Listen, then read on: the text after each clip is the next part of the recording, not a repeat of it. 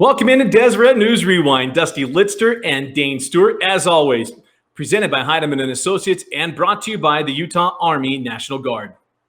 That's right, Dusty. And just want to remind you, Heidemann and Associates, a full-service law firm. Hey, we're getting ready for fall sports to come. We're going to be back competing for championships. If you are looking for a championship lawyer, there's no better place to go than Heidemann and Associates. Call them, tell them Deseret News Rewind sent you. You'll get a free consultation. They have law offices down in St. George, up and down the Wasatch Front. Give them a call at 801-754-4240. Call to schedule your free consultation today.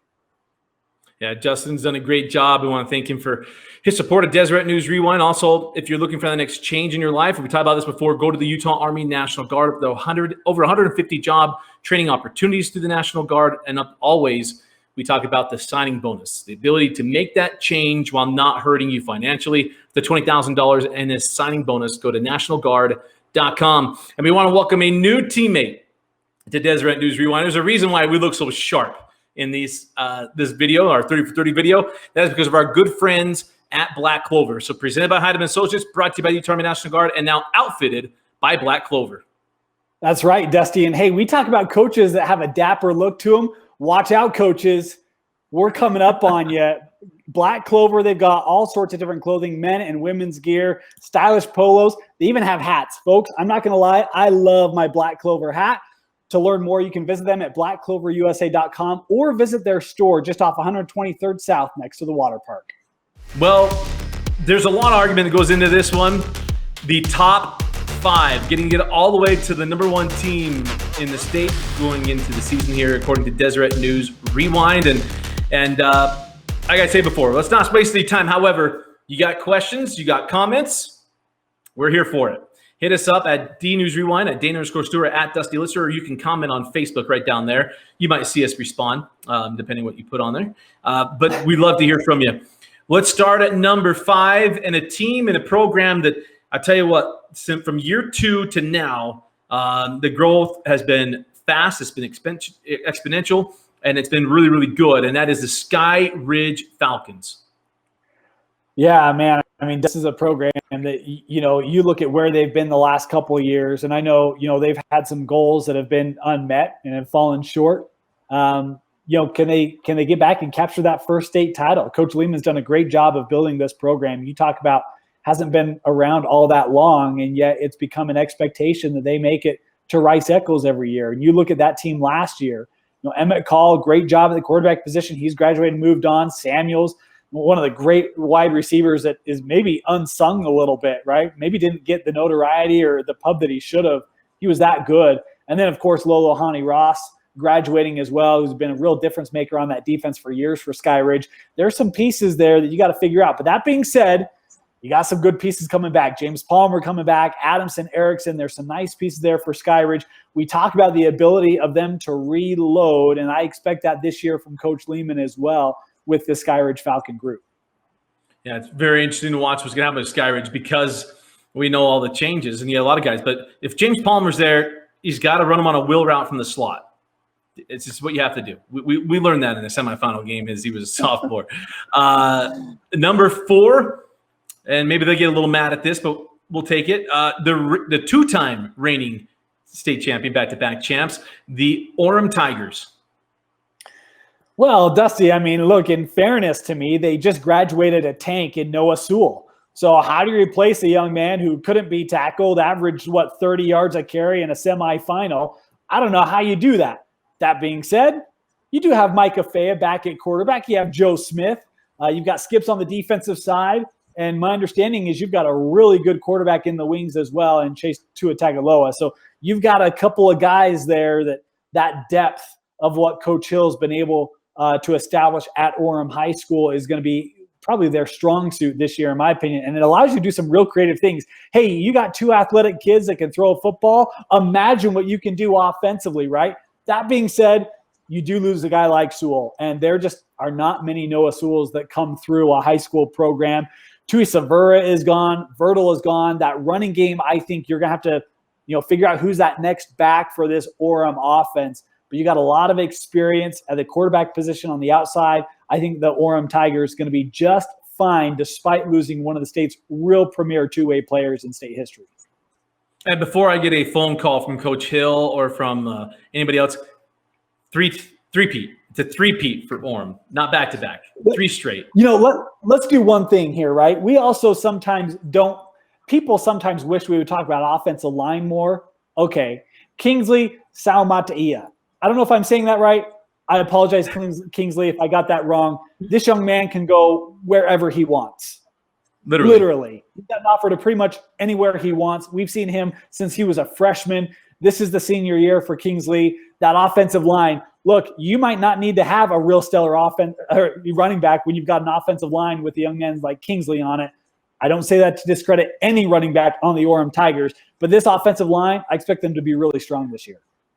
Covering all of our bases, aren't we? Right? I'm just saying. Yeah. I'm saying, bring it. Dane's like, no, we don't want it. But yeah, at Dusty Lidster. No, we do it all in fun. Number 3, East Siders come out and play. How about the East High Leopards coming in number 3? We might as well just call this running back high school, right? I mean, Dusty, is there a backfield that has more depth to it than East? You look at it, it all starts with, in my mind, Amone. And this young man last year as a freshman had an unreal season. They've got a lot of youngsters coming up as well in that backfield. Some freshmen that you're going to see some PT on, not just in the backfield, but throughout that offense. Ethan Zimmerman returning as the quarterback. How well can he execute that option? Going to be really pivotal, in my opinion, as it always is for this East offense. They graduate Nick Session. He was a game changer in special teams and defensively as well. That's going to be something that you'll obviously want to keep an eye on, how they replace that. But this East offense, Dusty, look, we've seen some dynamic East offenses in the past. I think this one can be every part as special.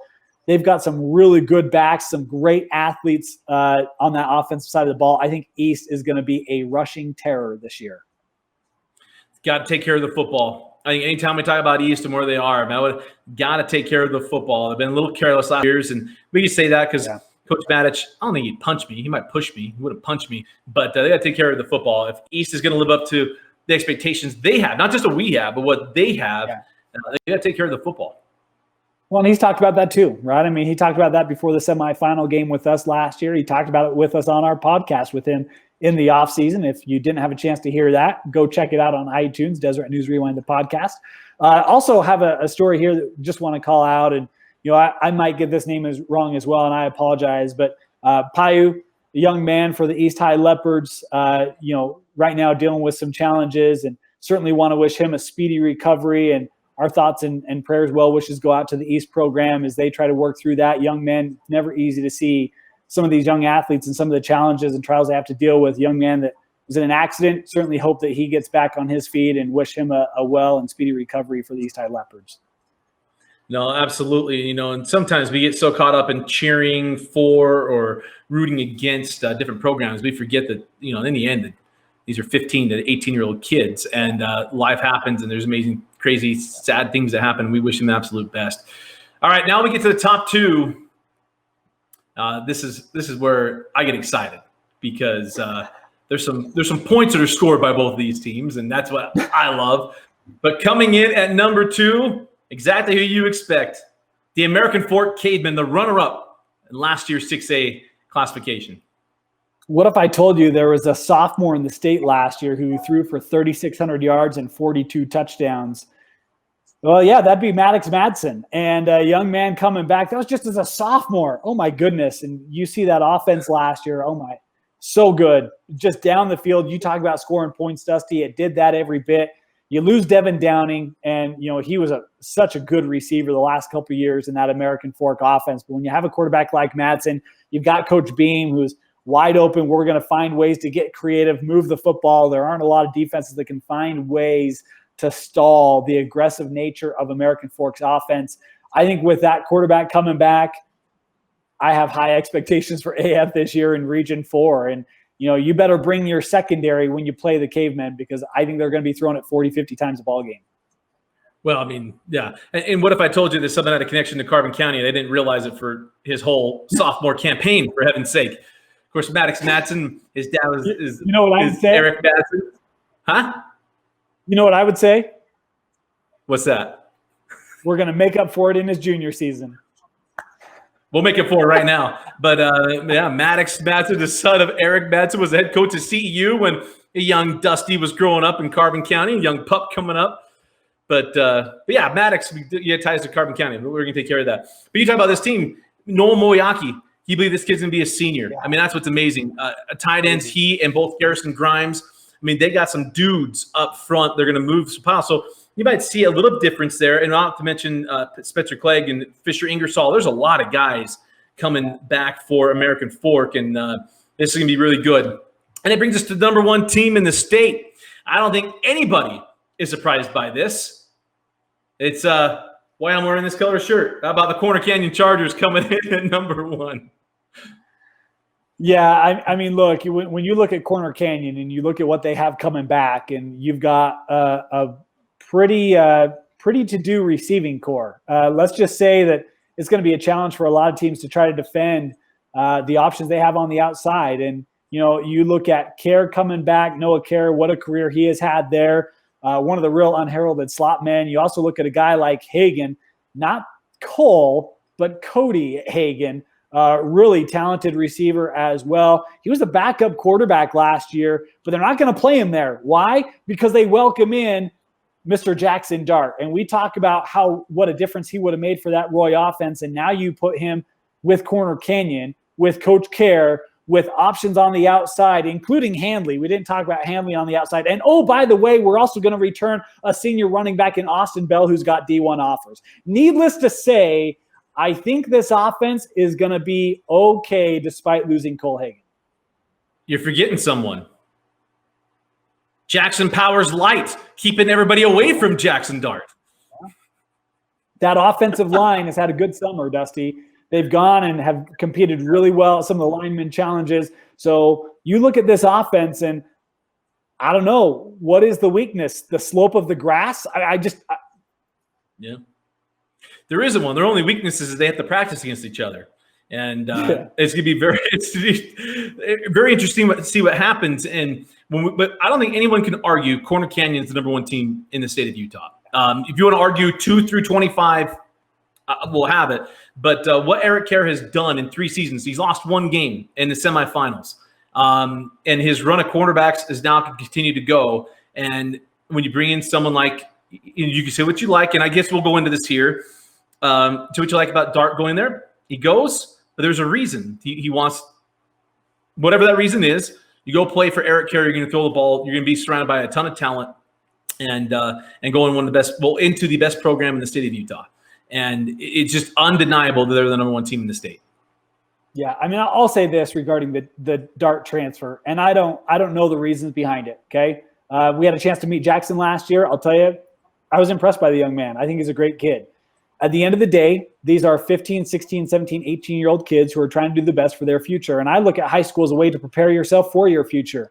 Now, that might be academic. Dart, by the way, holds an offer from Ivy League schools. He's an intelligent young man. So that might be academic. It might be football. It might be family. There's a whole host of reasons why young men may look or may suit other pursuits. And I'm not going to bash any of them for it. High school is the way to prepare yourself for the next stage. And for a young man like Jackson Dart, intelligent young man, he's got offers at the next level from both Power 5 schools and from Ivy League. Good for him. You know, there was a reason to go to Corner Canyon, so he's going to take advantage of it. And that's good enough for me. I'm excited to see this young man play. Absolutely. He did it within the rules. You can say what you want. There's a transfer rule and things are in place. And so, I'll say anybody, do what's best for you. We had that with if you want to get a great thing on that, it was our interview with Coach Cuff down at American Fork, talking about all the transfer and things that he did. And the grass can be greener on the other side. And it'll be interesting. It's not anything against any other program. Maybe we shouldn't dive into it. But I thought we'd have enough comments on it. And I thought we'd kind of just get in front of it now, as this is going to be a lot of fun. Well, folks, we're right on the precipice of football. It is the best time of the year. We're coming back. It's a renewal for everybody. We hope you enjoyed the videos. Hope you have you ready for the football season. Go check out our additional 5 on top of our top 25 as well. For Vince Francis and Dane Stewart, I'm Dusty Litster. Thanks for joining us and watching Deseret News Rewind on Deseret.com.